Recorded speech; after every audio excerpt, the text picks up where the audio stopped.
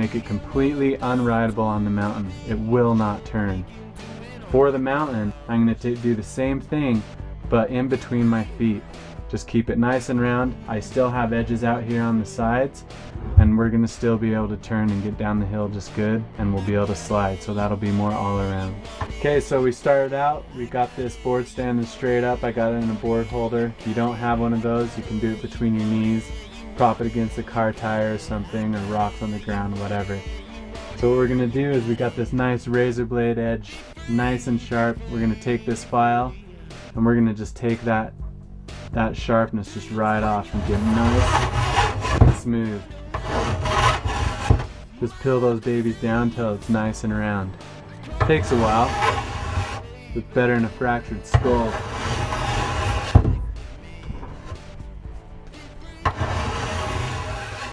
I can't fail to mention the risks that are involved in learning these tricks, in rail riding in general.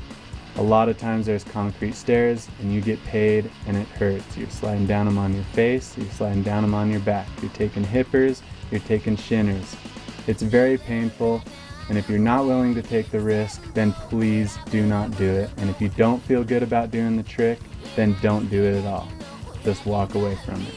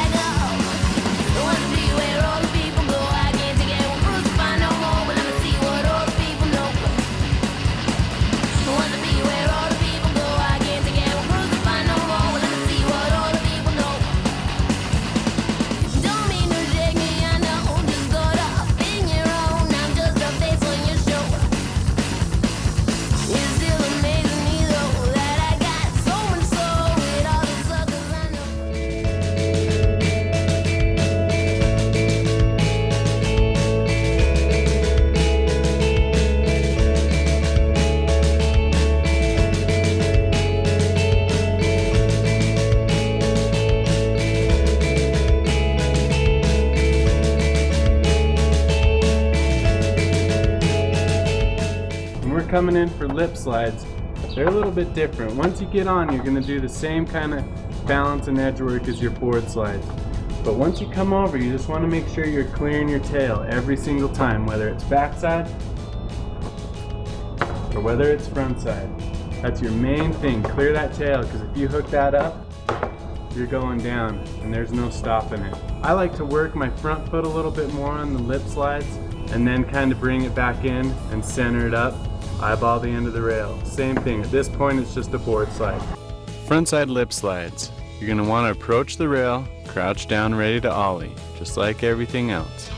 I like to come into lip slides a little bit wider than 50/50s and board slides, so that I make sure that my tail clears the bar when I lap it over the top. Snap your ollie and turn your shoulders frontside and let your bottom half follow. I like to catch the bar a little closer to my front foot. Your shoulders should be 90 degrees to the rail, and you should be looking to the end of it. Center up your weight. At this point, it should feel close to a board slide. Hold your style in position all the way to the end. Snap a clean pop, turning your shoulders back to forward for a clean stick, and absorb your landing just a bit. Dial it in, then you can try taking it to fakie. Again, approach the rail a little wider than your 50/50s and boards. Pop a clean ollie, turn your shoulders frontside, let your body follow. Catch the bar closer to your front foot, center up your weight, spot the end of the handrail, look at it all the way through the slide, pop a nice ollie out, turning your shoulders back to forward, stick your landing clean. Backside lip, same thing. Come in, I kind of work my front foot and then try and center it up, and then square up my shoulders, eyeball the end of the rail the best that I can, and just go to the end, ride it out. Backside lip slides. Same approach as your front lips, a little wider than boards and 50/50s. Pop a clean ollie, it's super important. I pop a little bit off my heels on this trick. As soon as you clear the rail, start to turn your shoulders and board 90 degrees. Keep your weight inside the handrail and catch the rail just a little bit towards your front foot again. Now start to transfer your weight to the top of the bar, looking at the end of the rail under your front arm, similar to the front side board. Your shoulders are turned to the line of the handrail, and hold this to the end of the rail. And once again, pop out all styly and twisting everything back to your original position. Stomp it clean and get super stoked. Again, same approach as your front lips, a little bit wider than boards and 50s.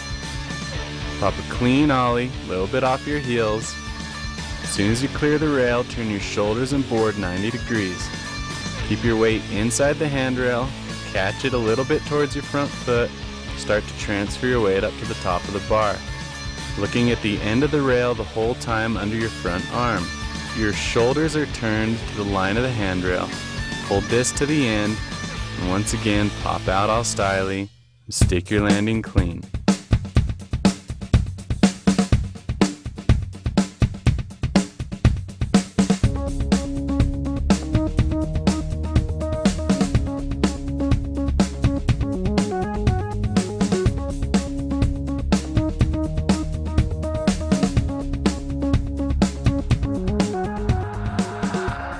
With pressing boxes, it's generally straight on entry, so you'll be stoked it's much cleaner and safer approach to learning this trick.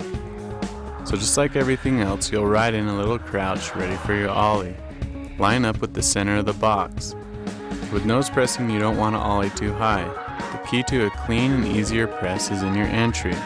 You'll almost climb into the press. This way you have less option to drop your press because your weight isn't dropping so hard and fast from your ollie. Once you're in, you'll need to hold your press up. Put 3/4 your weight on your front foot and lift your back leg to get the press even more lifted. Hold your press solid and be ready for inconsistencies in the slide. Pop a nice little nollie out. Nollieing out makes a sick nose press stand out from the rest.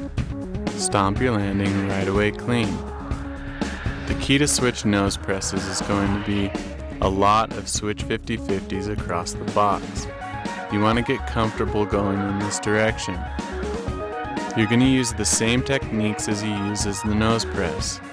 A mellow ollie and load up your forward foot. Keep most of the weight there and balance it all the way to the end. And do a nice little pop out. The same techniques as the nose press again. Just get comfortable with your 50-50s before you start throwing switch noses.